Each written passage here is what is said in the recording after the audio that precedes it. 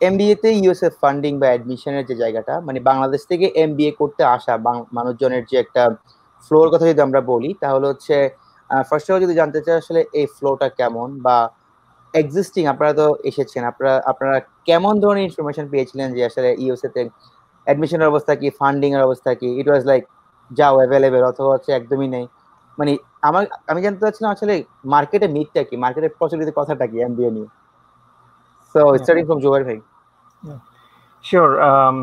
আমি যখন ঢাকা ইউনিভার্সিটিতে বিবিএ পড়তাম, তখন আমি সেই ফার্স্ট সেমিস্টার থেকেই শুনে আসছি যে একটা প্রচলিত কথা যে এমবিএ তে আসলে ফান্ডিং নাই, বিশেষ করে নর্থ আমেরিকাতে। তখন সবাই বলা বলি করতো আর কি, আমি শুনতাম যে তুমি বিজনেস শিখবে, তোমাকে তোমার বিজনেস শেখার জন্য কেন মানুষ ফান্ডিং দিয়ে তোমাকে বিজনেস শেখাবে। তো এই এই ধরনের মিথ নিয়ে আসলে আমার ইউনিভার্সিটি লাইফ শেষ হয়েছে ঢাকা ইউনিভার্সিটিতে। দেন পরবর্তীতে আমার প্রফেশনাল লাইফ শুরু হওয়ার পর আমি একটু নিজে থেকে রিসার্চ করা শুরু করলাম, দেখলাম যে না, অনেকেই যাচ্ছে আসলে এমবিএ করছে, এবং দিন দিন এই সংখ্যাটা বাড়ছে।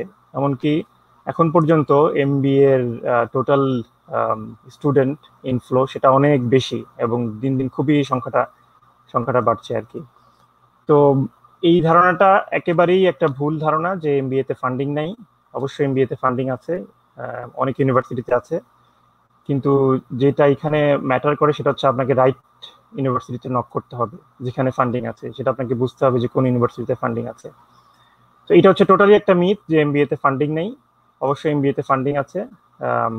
আপনাকে যেটা করতে হবে সেটা হচ্ছে আমি যেটা বললাম, যে অবশ্যই রাইট ইউনিভার্সিটিতে নক করতে হবে, যাদের এমবিএ ডিপার্টমেন্টে যাদের যথেষ্ট ফান্ড আছে আপনাকে দেওয়ার জন্য। এক্স্যাক্টলি। সো খায়রুল ভাইয়ের কাছে যদি আসি, খায়রুল ভাই আপনার কোনো ডিফারেন্ট এক্সপিরিয়েন্স আছে কিনা? যেহেতু আপনার জুবাই ভাই বললো যে উনি ঢাকা ইউনিভার্সিটিতে আন্ডারগ্রেড করা অবস্থায় একটা এই টাইপের কথাবার্তা শুনেছিল। তো সেক্ষেত্রে যেহেতু আপনি ন্যাশনাল থেকে করেছেন, মানে ন্যাশনালে আমরা এর আগে আলাপ করেছি যে হাই স্টাডিজ নিয়ে আলাপ আলোচনা কম হয়, তো আপনার আন্ডারস্ট্যান্ডিংটা কি ছিল? তো শুরুটা একেবারেই এক, ফান্ডিং এর ব্যাপারে তো আইডিয়া ছিলই না। প্রথমত আমার ইনফরমেশন অনেক কম ছিল, বাইরে যাব এই আইডিয়াটা।